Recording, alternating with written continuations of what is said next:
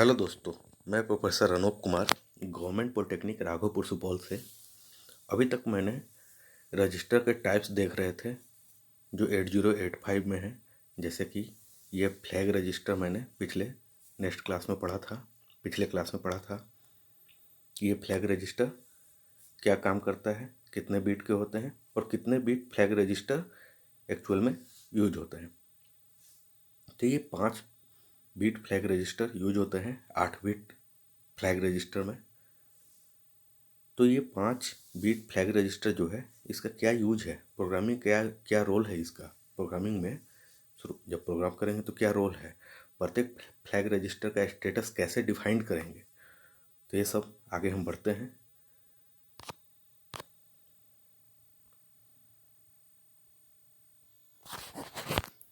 तो पहला हम पढ़ते हैं साइन बीट फ्लैग रजिस्टर जो एमएसबी बीट पे होते हैं।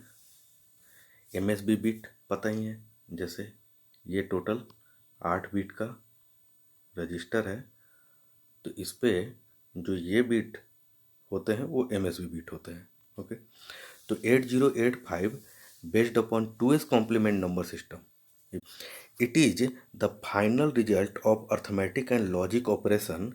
MSB bit 1 sign flag will be set.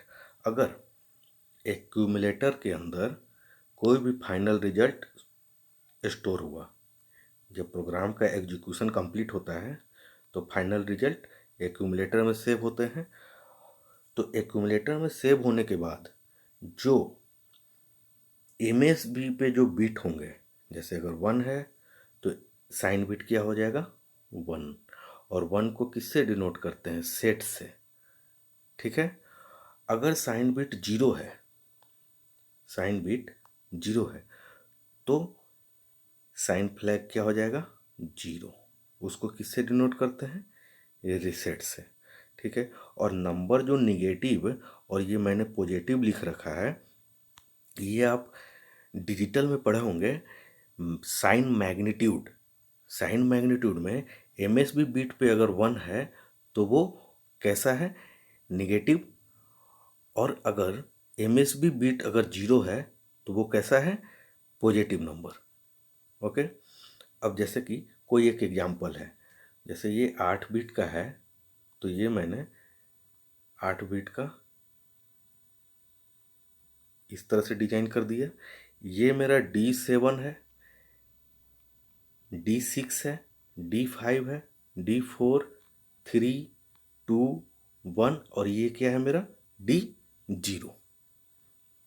तो D7 से D0 यानी कि 8 बीट का कोई रजिस्टर है तो उस पर अगर 1 है एमएसबी पे तो साइन बिट 1। उसी तरह एग्जाम्पल में अगर एमएसबी बीट 0 है तो साइन फ्लैग 0। ओके, नेक्स्ट जो है वो है मेरा जीरो फ्लैग। जीरो फ्लैग से बहुत बार कॉमन क्वेश्चन आ चुके हैं।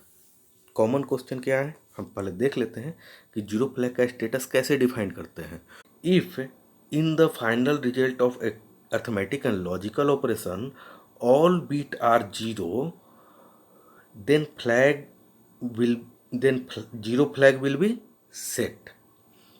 All bit are 0, all bit are 0, यहाँ पे 4 एग्जाम्पल मैंने लिया है। ऑल बीट आर 0 कब है, इस केस में D7 से D0 सारा 0 है, तो इसका मतलब जीरो फ्लैग क्या होगा 1 यानी कि set. Otherwise zero flag will B reset, मतलब कि अगर 8 बीट का कोई रजिस्टर है तो टोटल कॉम्बिनेशन कितने बनेंगे, 2 पावर 8 यानी कि 256। अब देखिएगा इस 256 केस में एक ही केस ऐसा आएगा कि ऑल बीट 0 होगा, एक ही केस, और 255 केस में कहीं ना कहीं 1 होगा। तो इसका मतलब कि 255 केस में जीरो फ्लैग रिसेट होगा, Z=0, और सिर्फ एक केस में जीरो फ्लैग सेट होगा, Z=1। तो ये VBI क्वेश्चन है, कॉम्पिटिटिव एग्जाम में PSU में पूछ देते हैं। ठीक है, या कहीं कहीं आपको इंटरव्यू में भी पूछ देते हैं। माइक्रो प्रोसेसर तो इंटरव्यू पर्पस के लिए सबसे मोस्ट इम्पोर्टेंट है। जैसे किसी भी कंपनी में जाइएगा, रिज्यूम दीजिएगा, तो कोई भी कंपनी जैसे टेस्टिंग पर्पस से होता है या R&D रिसर्च एंड डेवलपमेंट में, तो माइक्रो प्रोसेसर जरूर पूछते हैं। जैसे नोएडा में जाइएगा तो बहुत सारे टेस्टिंग के लिए, R&D के लिए बहुत सारे कंपनी हैं, तो वहाँ पे अपना रिज्यूम में दीजिएगा और माइक्रो प्रोसेसर का क्वेश्चन पूछना ही पूछना है। ठीक है, तो इसको ध्यान में रखिएगा। फिर नेक्स्ट हम देखते हैं पैरिटी फ्लैग। पैरिटी फ्लैग में if in the final result of arithmetic and logical operation number of ones are even, number of ones, जैसे ये रिजल्ट आया, इस रिजल्ट में नंबर ऑफ वन देखना है। अगर वो इवन है तो देन पैरिटी फ्लैग जो होगा वो क्या होगा, सेट होगा। अगर नंबर ऑफ वंस ऑड है तो पैरिटी फ्लैग क्या होगा, रीसेट होगा। एग्जाम्पल से देखते हैं। पहला एग्जाम्पल मेरा ये है 1 0 1 0 1 0 1 0 0 0 1 0। तो यहाँ पे 1 देखिएगा, 1 को काउंट कीजिए, 1 2 3, टोटल 3 वंस है इसमें, टोटल 3 वंस है। तो 3 वंस हैं तो क्या होगा, इवन है या ऑड है, तो ऑड है।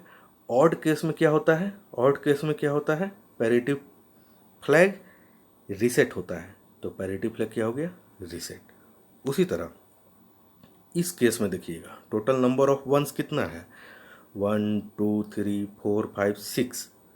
तो 6 है यानी कि इवन है, और इवन केस में क्या होता है, पैरिटी फ्लैग सेट होता है। तो इसलिए पैरिटी फ्लैग क्या हो गया, सेट। उसी तरह ये एग्जाम्पल देख लीजिए और ये एग्जाम्पल देख लीजिए। यहाँ पे वंस क्या है, 0, और 0 को एज इट इज इवन मानते हैं, तो क्या हो जाएगा, पैरिटी 1। ठीक है, D7 से D0 odd parity 8085 based upon odd parity system. ठीक है, आगे देखते हैं। अब है मेरा कैरी फ्लैग, और ये बहुत बार आपको प्रोग्राम जब बनाइएगा तो उसमें इम्पोर्टेंट होगा कैरी फ्लैग। ठीक है, तो carry flag during the execution of arithmetic and logical operation if carry generated और डिस्कार्ड फ्रॉम MSB और D7, MSB को ही हम D7 बिट कहते हैं, है ना, MSB और D7 bit carry flag will be set. अब देखिएगा, हम ये स्टेटमेंट को समझेंगे कि ये स्टेटमेंट क्या कह रहा है। Otherwise carry flag will B reset.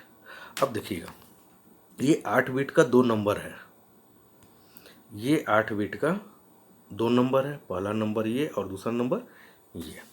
अब ये दोनों को ऐड करेंगे, क्योंकि कैरी जनरेट कब होता है, जब ऐड करेंगे तभी तो। ठीक है, तो ऐड करेंगे, तो LSB से ऐड करना स्टार्ट करते हैं। तो इस LSB पे ऐड कीजिए, स्टार्ट कीजिए। 0 1 1, फिर नेक्स्ट 0 1 1 0 0 0 0 0 0, और यहाँ देखिएगा 1 1 0, और एक कैरी शिफ्ट हो जाएगा यहाँ पे एक कैरी शिफ्ट हो गया। फिर 1 0 1 1 1 0, फिर से एक कैरी शिफ्ट हो गया। ठीक है, ये एडिशन आप लोग जानते हैं, डिजिटल में पढ़ के आए हैं। फिर से एक कैरी शिफ्ट हो गया, और फिर MSB पे ध्यान से देखिएगा, एक कैरी शिफ्ट हुआ, तो 1 0 1 और 1 1 0।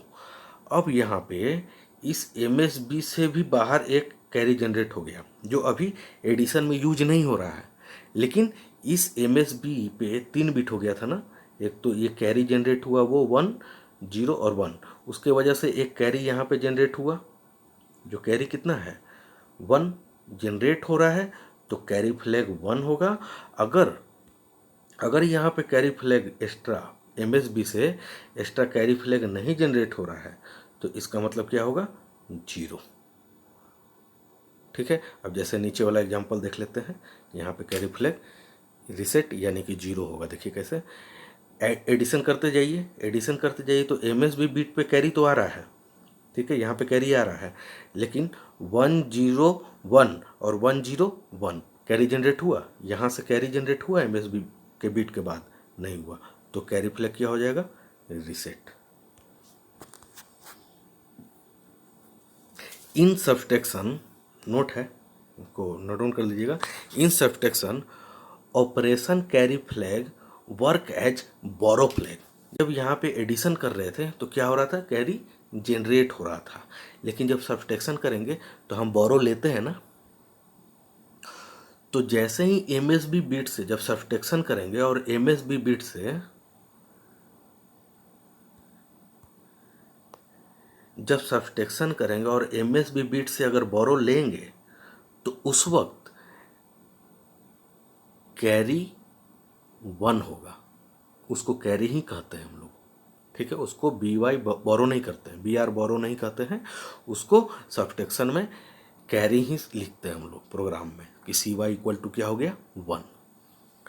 अगर एमएसबी बीट पे कैरी जनरेट नहीं होता है, कैरी जनरेट नहीं होता है, यानी कि बोरो जनरेट नहीं होता है सब्सट्रैक्शन में, अगर बोरो एमएसबी बीट पे नहीं लिए हैं तो इसका मतलब क्या हो गया, कैरी फ्लैग 0, ये समझा जाएगा सब्सट्रैक्शन में, ठीक है। तो यहाँ पे नोट में in subtraction operation carry flag work as borrow flag, जिसको भी CY से ही डिनोट करते हैं। During the subtraction operation if borrow is taken at MSB bit और D7 बीट, D7 को ही हम MSB बीट कहते हैं, बोरो फ्लैग विल बी सेट, यानी कि क्या हो जाएगा, अगर MSB बीट पे बोरो ले रहे हैं सब्सट्रैक्शन ऑपरेशन के दौरान तो कैरी फ्लैग सेट होगा, अगर सब्सट्रैक्शन ऑपरेशन के दौरान बोरो नहीं ले रहे हैं MSB बीट पे तो कैरी फ्लैग क्या हो जाएगा, ये रीसेट हो जाएगा। जैसे otherwise if will be get reset, otherwise यानी कि अगर MSB बीट पे नहीं लेते हैं, MSB बीट पे बोरो नहीं लेते हैं तो कैरी क्या हो जाएगा, 0। अगर MSB बीट पे बोरो लेते हैं तो कैरी क्या हो जाएगा, 1। तो ये 2 एग्जाम्पल है सब्सट्रैक्शन का। यहाँ पे बोरो नहीं ले रहे हैं तो कैरी 0, यहाँ पे बोरो लेने का जरूरत पड़ गया तो कैरी 1, ठीक है। तो ये कैरी फ्लैग समाप्त हुआ।